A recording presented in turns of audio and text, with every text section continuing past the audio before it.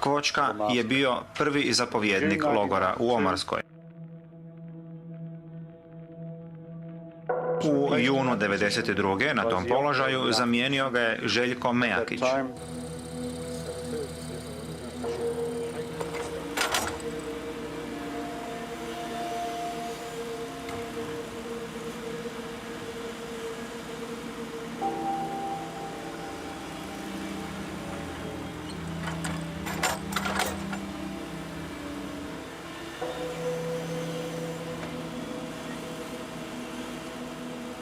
Milojica Kos, zvan Krle, djelovao je kao jedan od 3 zapovjednika smjena straže u Omarskoj i u tom svojstvu nadgledao je veći broj stražara.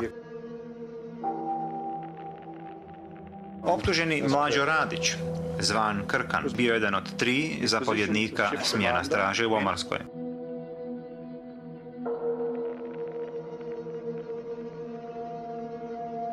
Optuženi Zoran Žigić nije držao formalni položaj u bilo kojem od logora, ali je s vremena na vrijeme ulazio u sva 3 logora kako bi tukao, mučio, ubijao, zlostavljao i pljačkao zatvorenike.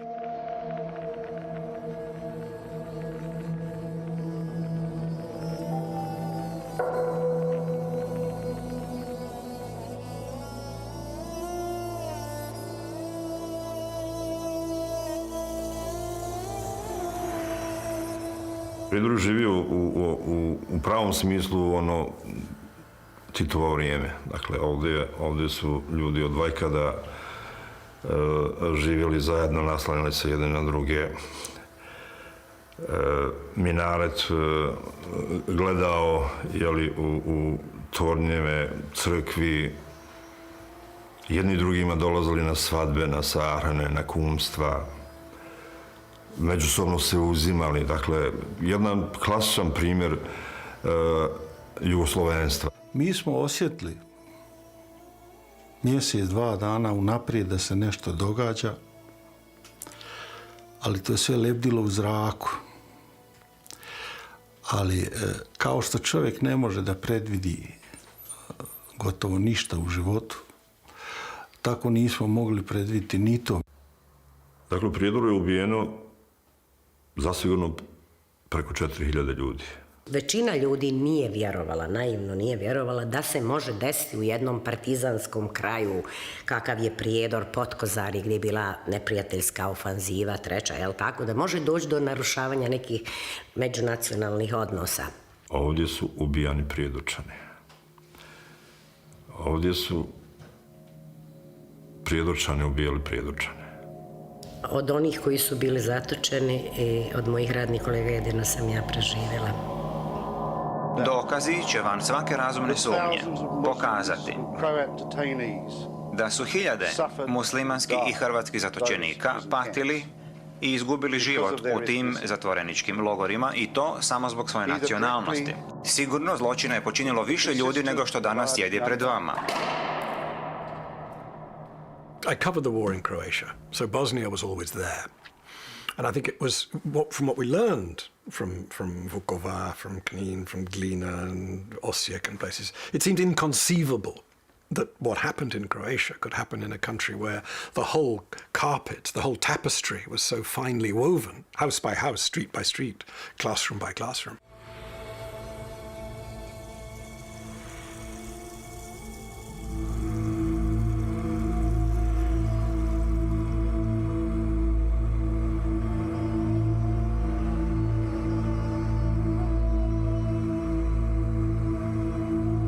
First time I really got involved with Bosnia-Herzegovina as a story was when we heard rumours here in London of what were being called concentration camps in the newspapers. Well, the media, they called it a civil war. There was always this undercurrent of sort of, oh, the ancient ethnic hatreds, here come the Balkan barbarians again. They were at it only last year in Vukovar. There was an element of that. Refugees who were arriving in Croatia were talking in very dramatic and worrying terms about what was happening in the Prijedor area. People didn't want to talk about genocide, for sure. They didn't even want to talk about aggression or ethnic cleansing. U proljeće 30. aprila 1992. godine srpske vlasti, srpske snage, odnosno Srpska demokratska stranka ruši ovdje nasilno ruši, dakle izvodi puč, jeli? Tako da kažem tim žargonom političkim, ruši legalno izabrane organe vlasti, smjenjuje Bošnjake i Hrvate sa svih pozicija i zauzima vlast. Niti smo bili naoružani, niti smo bili spremni.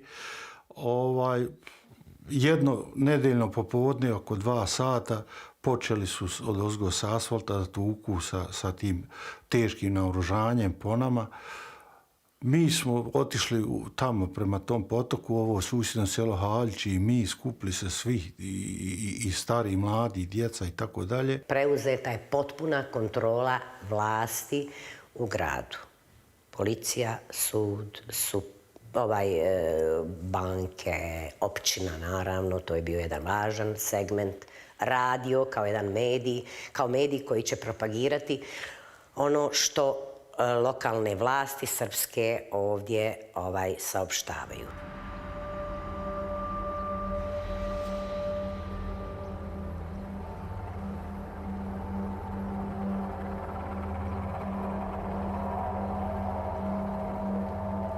Ovom prilikom oglasio se i krizni štab iz Prijedora. On poziva sav srpski narod sa područja opštine Prijedor da se stavi na raspolaganje vojsci Srpske Republike Bosne i Hercegovine i miliciji u obrani grada od paravojnih formacija. A od građana koji su vojali Srpskoj Republici Bosne i Hercegovini traži se da na svoje kuće na vidnom mjestu istaknu bijele zastave.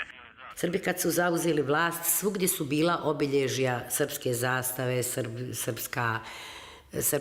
srpska ikonografija, dakle ljudi koji su neupućeni, koji bi tu došli ako su imali priliku da dođu, stekli bi dojam da tu niko ne živi osim Srba. Kad smo prenoćili, već se počeo pregovarati kao trebamo mi, nagone nas žene, plače narod, ne znaju šta će, i kao, hajde se i predajte. Ja sam recimo redovno krenula na posao uobičajeno, kako idem, i ja sam zatekla naoružane ljude pred zgradom suda, koji su izvadili nekakvu listu, pogledali su tu listu i pitali su kud idem, rekla sam da je na posao, oni su mi saopštili da ja tu više ne radim. Mene su upozorili da sam na nekakvom spisku za saslušanje, za privođenje.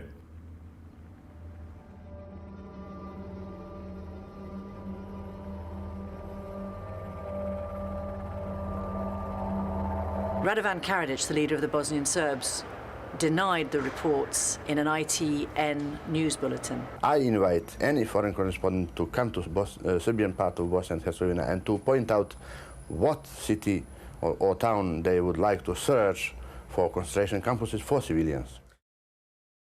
But was challenged by the newscaster at the time. If it isn't true, show us. And he had the bravado to say, well, sure, I'll show you. I went to Belgrade, to Pale, to Banja Luka, to Prijedor, expressly to get into Omarska. We were promised by Karadzic when he was in London that we would get into Omarska. We finally landed in Pale, where we stayed with Karadzic and Mladic in their headquarters, and hoped that they would make their promise to take us north to the Prijedor area.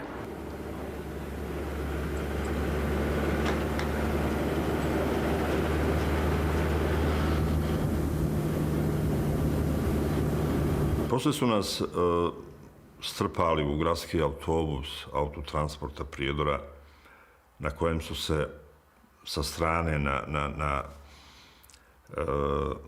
ogledalima, retrovizorima vijorile velike srpske zastave. Jedan od ti naoružani ljudi koji mene poznaje rekao je da ulazim u taj autobus. Strpali me dakle u autobus i ja sam krenula, ne znam ništa, niko mi nije govorio nikud idem ni gdje idem. Kad smo izišli na cestu Prijedor Banja Luka, ja sam pretpostavila da me vode u logor Omarska.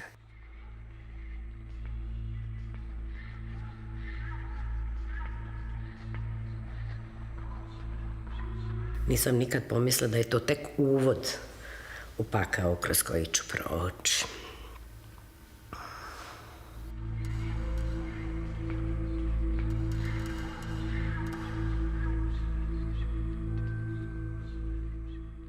They told us we could go to Manjača, which was a camp that had already been inspected and was the least awful. They tried to stop us at the meeting by offering us other opportunities, which we turned down. You know, keep your Manjača for later. They tried to stop us physically with this prank, a mock ambush, firing over our vehicle and pretending it was Mujahideen in the woods, leaping around like idiots, thinking we were idiots and would believe them. The Bosnian Serbs don't call Omarska a concentration camp. Come in, they challenged ITN, and see it for yourselves. Under Serbian armed guard for our own protection, a 3-day journey ended here, at the gates of a disused mine in northern Bosnia. But we insisted that we wanted to see the ones that had the rumours, from where the rumours were emanating, that the killing was happening. Which was a secret, hidden. The Red Cross had never been there. They'd been denied access. Why? Terrible things happening. There was a group of women lined up at the side of the police station in Prijedor, and while we were kicked outside at one point while they made phone calls in the crisis staff, we asked these women what are they all doing. They were all waiting for news of their menfolk, and there was only one word on their lips: Omarsk.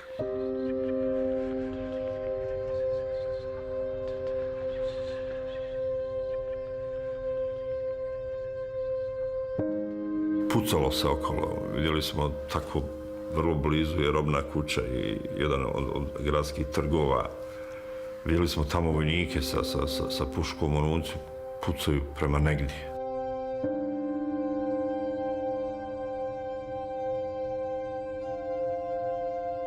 Vidjela sam spaljene kuće.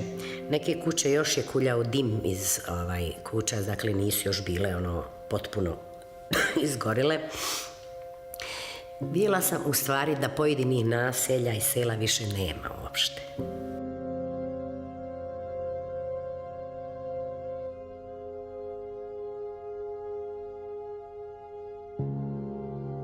Pogledao sam u pravcu starog grada.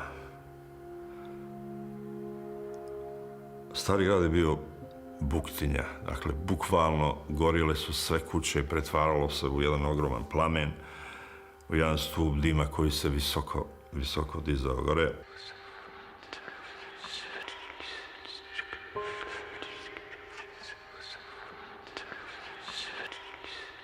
It began in a hotel in Banja Luka, and it proceeded with a drive past a town which had been completely burned out and ravaged, called Kozarac.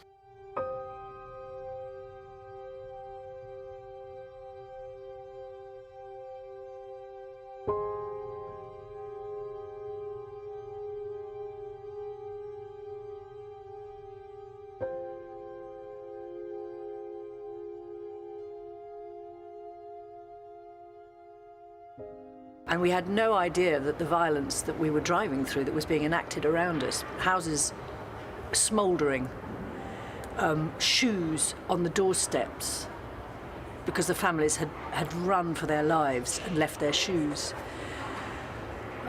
White flags hanging from some buildings in terror, we now understand. On the roads to Banja Luka, Muslim villages lie empty and deserted, homes destroyed. Pred ponoć došli smo, za mene nepoznata lokacija, a to će biti onda ovaj rudnik Omarska tamo, oni hangari i dotreli sam se pred jedna vrata, špalir je tu, naredba je izlazi. Na autobus se stao i jedan od tih naoružanih ljudi, kojeg ja poznajem, koji je moj komšija, je rekao meni: komšince, idemo. I uveo me u zgradu, upravnu zgradu rudnika. Mi smo prolazili kroz špalir vojnika koji su tako napravili prolaz jedno svega metar. I kako smo prolazili, tako su nas udarali. Vidjela sam jako puno mojih sugrađana, ljudi, rođaka, za koje familije nisu znale ni gdje su, ni ništa, koji su odvedeni i tu su smjestili u nekakve prostorije, vani sjede, tako, neki od njih mene dozivaju. To je prostorija koja je veličine možda 15 sa 10. Kasnije nas je bilo smješteno preko 600. mi smo samo na stojeći slagali se kao šibice ili kao sardine. Slagali se jedan do drugoga. I kad se puna ta prostorija stojećih ljudi onako napunilo, onda odjednom dolazi komanda sjedite. I onda su mi ove žene rekle, pitala sam ja šta vi to radite tu, kaže, ti ćeš to raditi, sigurno dijelimo hranu tim ljudima koji su zatočeni u logoru. Nemaš ti gdje sjesti kad nemaš gdje ni stojati. Toliko nas je bilo u toj prostoriji.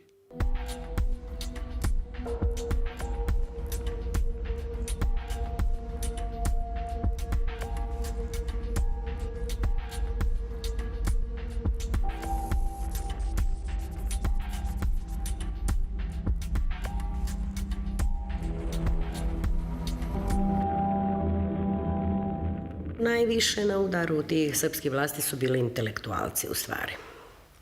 Malo koji intelektualac iz Prijedora nije prošao jedan od prijedorskih logora. Ja sam gledao kada su u naručju oca ubijali sina. Gledao sam kad su pored sina ubijali oca. Imali ste članove cijele porodice, bude otac, majka, djeca u logoru. I moj sin je došao. I have only once in my life, and I doubt I'll ever see it again, seen men who are scared to death. Ja sam priželjkivao da kada dođem u takvu situaciju, kada budu birali da odaberu mene. Moj sin je bukvalno bio dijete. 16 godina. Naravno da nije znao šta je politika. A door opened in this great hangar. Men came out in various conditions, it must be said, but the worst were terrible.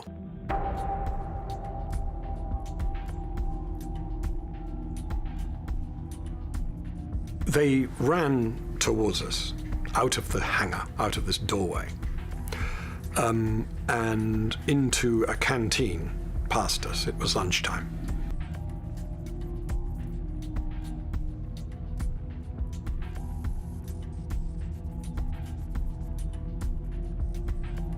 They were drilled across this yard. Beefy guy with his machine gun at the top of a sort of staircase, trained on them.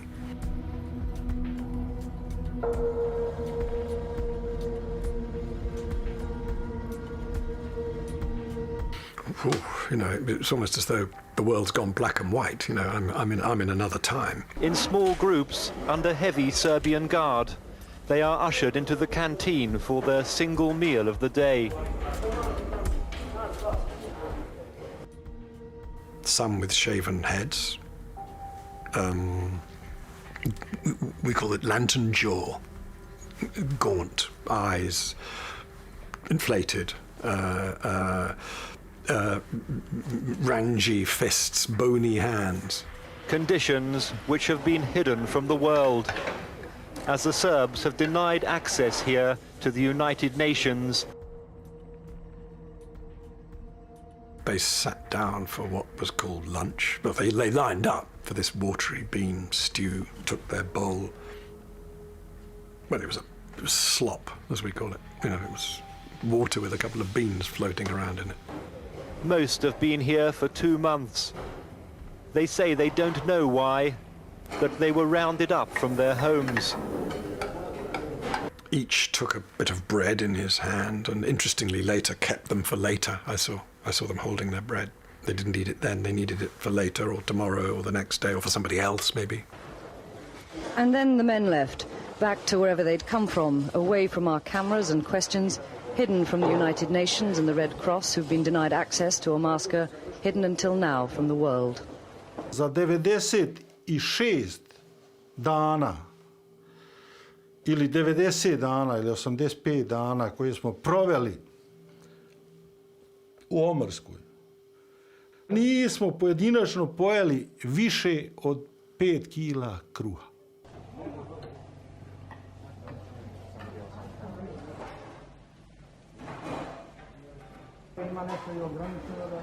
We saw, less than an hour in the canteen. As these shifts changed, they came in, had their watery soup, left again. In a state of palpable fear, clutching this little bit of bread as they went back. They got about a minute, maybe 3 minutes, maybe, to eat this thing before another 30 came in, and then another they left, and then another 30.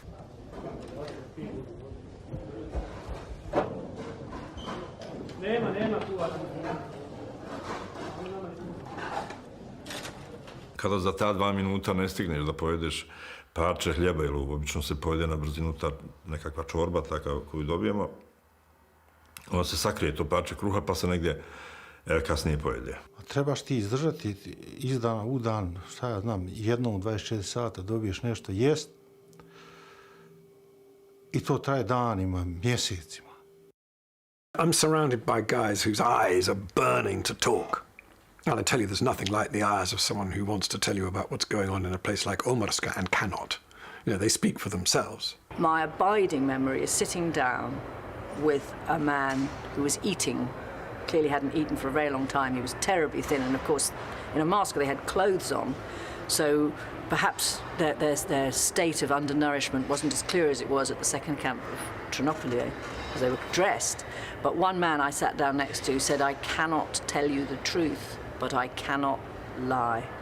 How are you treated? What are the conditions, I asked? I don't want to tell lies. I can't speak the truth. Thank you for coming. I didn't know then that we were looking at the best of the best. We were looking at hand-picked men in the best condition. But the best condition in Omarska is terrible. We were told that the army does not control Omarska, that these prisoners are the responsibility of the civil authorities and local militia. We sought an explanation from the camp commandant. This is not the camp, this is the center, the transit center. Omarska and Trinopolis, both the centers, not camps. Little did I know what I know now, what was going on upstairs from the canteen, that they were being systematically held and violated by these beasts. Vrlo je teško da se vi odbranite od jednog čovjeka koji je fizički jak, koji ima oružja tu, znate. Teško je biti u tom momentu pametan kako vi da reagirate, znate. Da vas ne ubije, da vas ne masakrira, on može sve. Nikad ne mogu da zaboravim taj trenutak kada me prozvao i kada sam ja iz dna prostorije krenuo prema vratima i kada sam čuo krik moga sina koji je zvao i molio tata vrati se. Pozvao bi ženu, mi u početku, naravno, niko ništa nije govorio. Strah je vrlo teška emocija i čudna, znate, kad vas obuzme strah, vi se počinete sebe bojati. Dođete u situaciju da ne smijete pitati u svoju sapatnicu koja je s vama gdje si bila i šta se desilo. Ja sam njemu, pokušavajući naravno da ga smirim, obećao da ću se vratiti, mada nisam bio siguran da ću se vratiti, jer sam znao da je tu žiga. Bijela kuća je prostor gdje su oni pravili selekciju i smjestili ljude za koje su oni smatrali da su jako opasni, da su ekstremni, da su prijetnja, opasnost srpskim vlastima. Takvi ljudi koji su trebali da kao eventualno da su krivi po njihovom nahođenju, odlazili su u Bijelu kuću, izolirani, navečer su likvidirani. Najčešće su iz Bijele kuće izvodili, ubijali i sutradan sljedeći dolazi. Nas uveli u Bijelu kuću.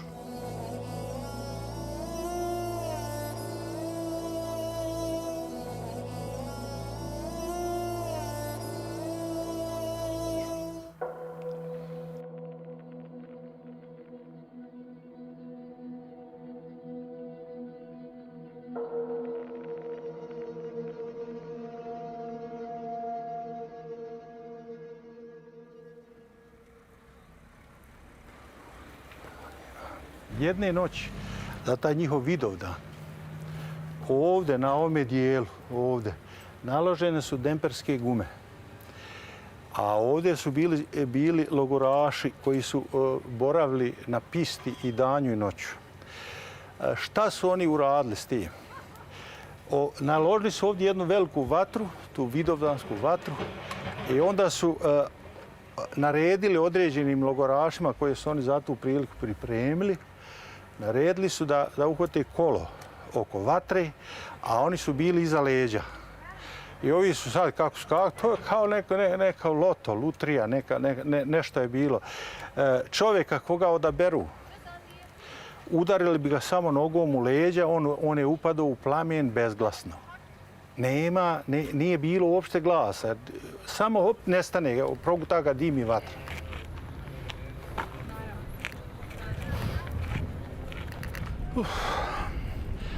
Ovdje, tamo je s te strane, ne znam, i mene baš zanima da li sad postoji, bile su česme i betonska korta. A od tih česmi ulaz je bio jedan u takozvanu mujnu sobu. U toj sobi je boravilo oko 500 ljudi. Ja ne znam toga muje. Nema tamo dalje.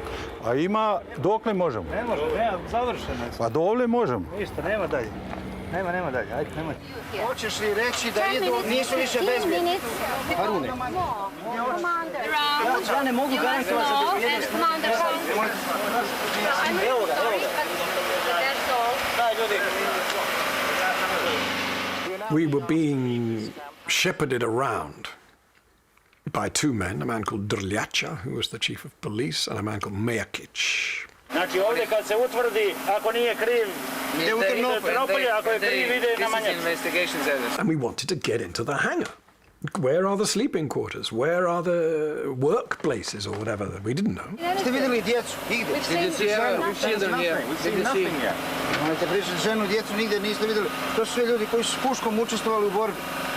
Učestvovali u borbi. Kad je stigla ekipa ITN, Aid Voljami, Penny Marshall, kad su oni stigli u logor, to su oni snimci od 5. ali mi nismo bili u logor, mi smo uklonjene. Jer su stalno srpske vlasti iz Prijedora, Simo Drljača i ove srpske vlasti su demantirale da i žene su uopće zatočene. Uvijek su oni to cijelo vrijeme tvrdili.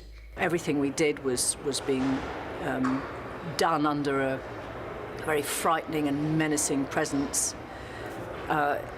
It was a horrid place, and one that I will never forget, and one that does not have a rightful place in a humane world. Even that which they put on show of Umarska for the cameras was so dreadful, and it was so obviously not the whole picture. So the question is, what is the whole picture?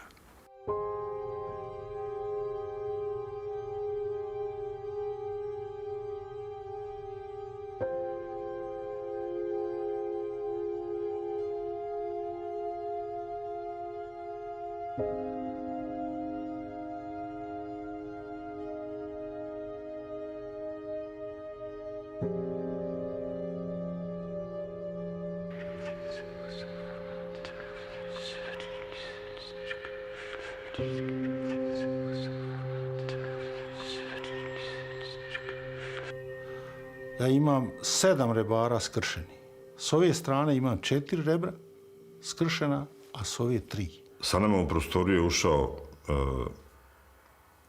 Žiga i još 2 vojnika. Istog momenta kad smo ušli, počeli su da nas tuku. Jedan sa jedne strane i jedan sa druge, kako ja ležim pod onom stolicom i vrhovima onih svojih vojnih čizama počeli da me tuku po rebrima. Natjerali su nas u jednom trenutku da se postavimo u položaj četvoronoške onako, jeli, i Žiga se crekao sa svojim pokvarenim zubima i da kaže, morate tako kao pas. Udara, ne brojim ja koliko ja to dobijam udaraca po leđima. Udaru dok se nije umorio. To su bile stravične batine, dakle to je ako kažem 1000 udaraca, ono malo sam rekao. Dakle, oni su se smjenjivali. smjenjivali sa udarcima. Prvo udara žiga, pa onda dođe duča. Ja se sjećam recimo tog duče koji je imao 100 kilograma, dakle, jak čovjek, koji me udarao po leđima nekakvim palicama. Da u jednom trenutku, onako klečeć pored mene, jeli, u jednom trenutku je uzeo košulju, ovako se hladio se, jel, zagrijao tog fizičkog napora udaranja. Osjetio sam poseban bol. A to je bilo da je pukla dijafragma. I onda kad sam ja, poslije nastao period moje nepokretnosti, pa su oni mene čak u čebadima stavio me na čebe 5-6 ljudi, pa me kao vode na ispit, kao imam ja još nešto reći. Pao sam u lokvu krvi, jer je do tada, dakle, kako su me udarali, ja sam povraćao krv, dakle, ja sam, prvo su bile kapce, pa se to stvaralo u jednu, jeli, veću površinu, na kraju je bukvalno to bila lokva krvi. Dakle, ja sam licem klonuo tu lokvu. Ljudi kasnije koji su bili u toj mujnoj sobi, oni kao to je bila straha i užas slušati tebe kako si vrištio. Bio je jedan šef stražarske smjene koji je prednjačio, da kažem tako, ajde, koji je bio prepoznatljiv po tom odvođenju žena. On nije pravio nekakvu posebnu selekciju, pa da mu više ove mlađe žene.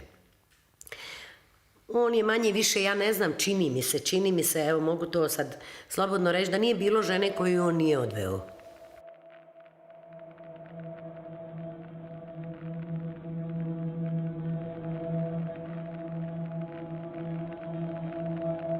Kiki, dobar čovjek iz Prijedora Bricu, koga su svi voljeli.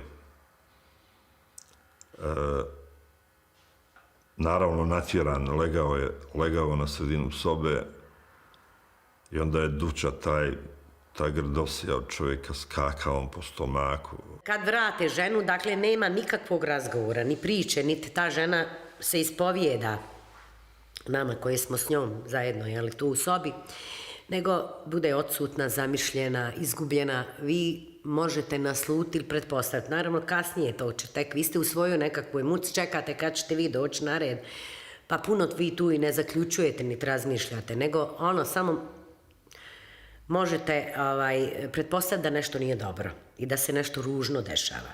Trpeći batine, s vremena na vrijeme, dakle, sam pogledao tamo. Bilo mi žao Kikija. Bilo mi naravno žao i mene. Imao sam osjećaj da mu krši rebra. To je stravično, dakle, kada čovjek skače neki pola metra u zrak i oskače bukvalno od njegovih rebara, od stomaka. Priželjkivala sam samo da me ubiju metkom. Da me ne muče, da me ne masakriraju, da ne rade od mene, jer to je bilo strašno. Strašno. Ljudi se raspadaju od živih rana, došlo je do sepse, do gangrene. Ljudi mole Boga da je ubiju. Razumijete? Ne, nije smisao ubiti čovjeka, to je civilizirano. Treba ljude mučiti, iznurivati, do besvijesti, pa vi ste imali crv izlaze ljudima iz rana. Izveo nas je ispred te bijele kuće gdje je bila jedna lokva. Dana nije padala kiša. I natjerao nas je da se umijemo u toj lokvi i onda onako prkosno se cereći kaže, jer mi smo, kako smo se umivali, ta lokva je postajala crvena. Od krvi, naravno. I onda onako, kažem, prkosno cereći se govorio je, a djeca jela jagode pa se malo ocrvenila. Ja sam po prirodi malo temperamentan čovjek, a malo imam, kod nas se to kaže, i duži jezik. Volim da psujem. Ja sam strašno galamio, psovo. Nisam ja birao da li su to muslimani, da li su Srbi, da li su moje kolege koji su došle sa mnom iz policijske stanice. Ne znam, jednostavno sam tražio pražnjenje iz samog sebe i to sam postizao psovanjem, galamom. A šta tu vi možete? Ništa. Ubija vas ta bespomoćnost. Vi tu ništa ne možete promijeniti. Molite Boga da preživite, pa jednog dana da ispričate to šta se desilo, valjda će to imati nekog efekta. Ili molite Boga, ako je red na vas došao, da vas ubiju metkom. A najmanje se ubijalo tamo metkom. Najmanje. Čovjek bi volio da egzistiraš. Volio bi da si živ. Ali žarko želiš da si nevidljiv. Da tebe ima, ali da on tebe ne vidi, a ne može. Svakako ne mogu zaboraviti da je u Omarskoj bilo i prkosnika, bilo je ljudi koji su u jednom trenutku reagovali, branili se. Sjećam se jednog mladog čovjeka, Hopovac mu je bilo prezime, kojega su tukli nekoliko puta i onda je jedan puta tako u prostoriji rekao: prvi put ako me još jedan puta pozovu, ja ću reagovati. Prozvali su ga. Bilo je ljudi koji su na licu mjesta isprovocirali svoju smrt.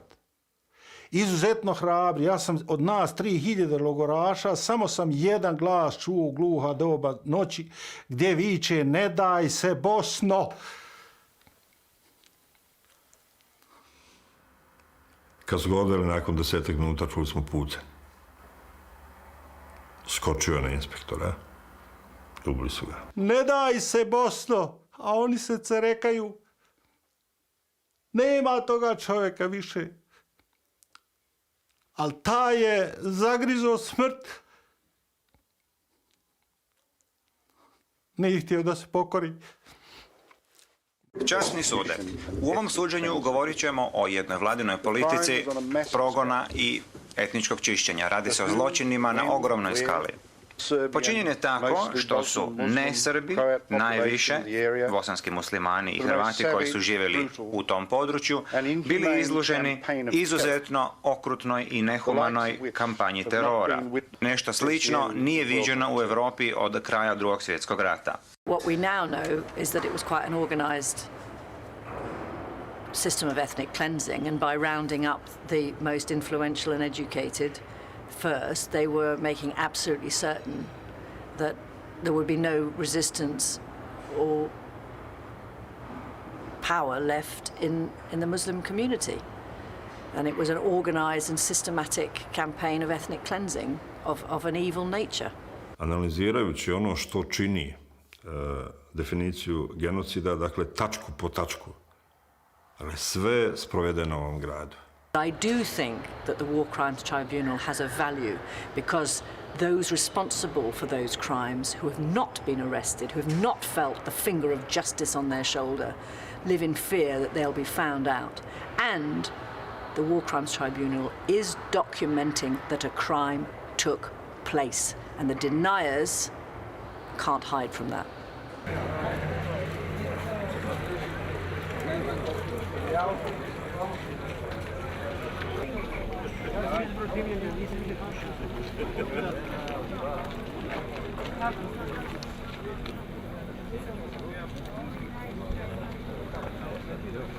Why do these human rights people keep pretending that there's this great bright tomorrow all the time?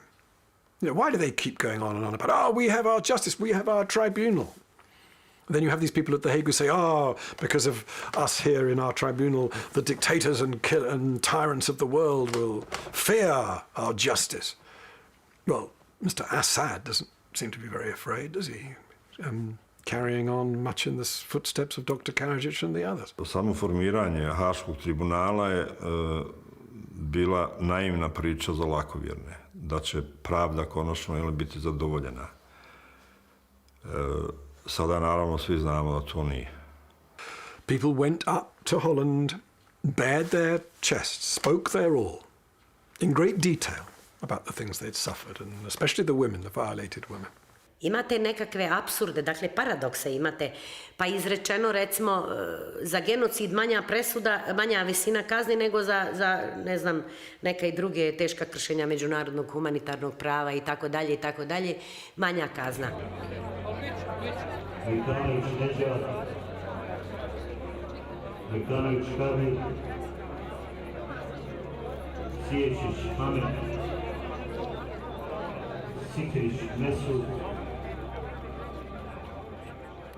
Šetajući ulicama Prijedora, ponekad sam sretao ljude koje sam viđao u uniformi u Omarskoj. Ja sam se bojao susreta sa Šaponjem, čovjekom koji mi je iznakazio lice. I doživio sam i to. There are so many unarrested war criminals in that area. It's the most densely populated bit of Europe with war criminals. And I mean, I find it quite threatening to be there for that reason. It's very, very hard for people like a friend of mine who went to buy flowers one day in Prijedor, and she finds that she's standing in line behind the man who violated her in the camp, buying flowers for his wife. It's very hard for another friend of mine to go back to Ternopilje and have coffee with a friend across the road from the man who killed his friend's brothers. Poricanje, negiranje onoga što se desilo. Vi nikad nemate ovdje ni od običnih ljudi, a da ne govorimo od struktura vlasti, osudu onog što se desilo, osudu.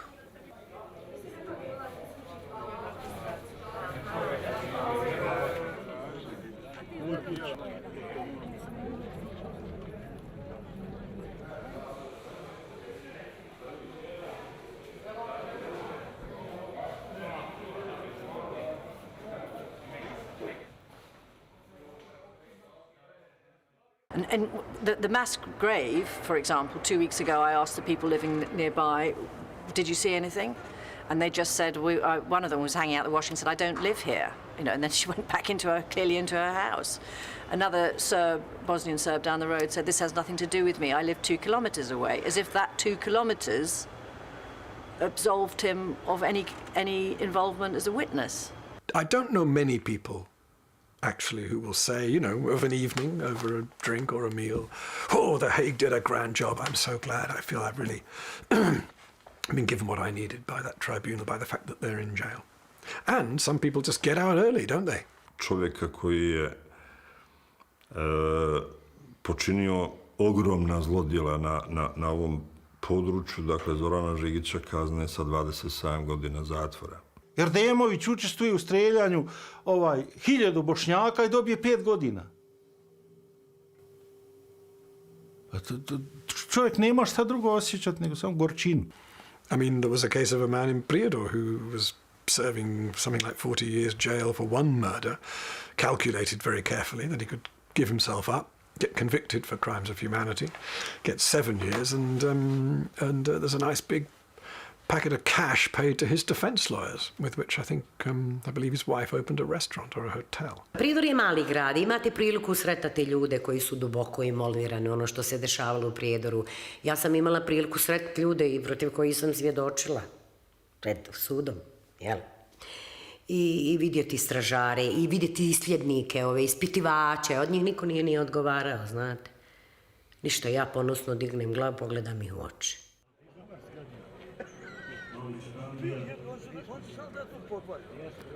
Tebaković Šefi, Drogić Ilijas, Grigović Feri, Sadiković Algo, Sadiković Nermin, Topalović Misa, Ivanović Matula, Ljukić Mujo. I can't imagine 20 years on, when the evidence is so overwhelming, how you could remain in denial unless you had some sort of psychological ability to switch off your eyes, your ears, and your brain. Iza Radovana Karadžića živi njegova ideja. Ja imam Radovana Karadžića ovdje oko mene na svakom koraku. Mi nemamo kontakta s tim ljudima. A kako ćeš imati kad oni aplaudiraju njihovim zločinima? Really? Why has Thursday got to be better than Wednesday? Why is next week so much better than this week? Because we have transitional justice, because we have the human rights movement, because we have tribunals. It's all that, isn't it? Postoji pravilo nakon 2/3 zatvora, pušta se kući. Zoran Žigić iduće godine će biti pušten, bit će slobodan čovjek. Da sad ne koristim matematiku pa da kažem to je nakon 17-18 godina. Dakle, zločinac se vraća na mjesto zločina.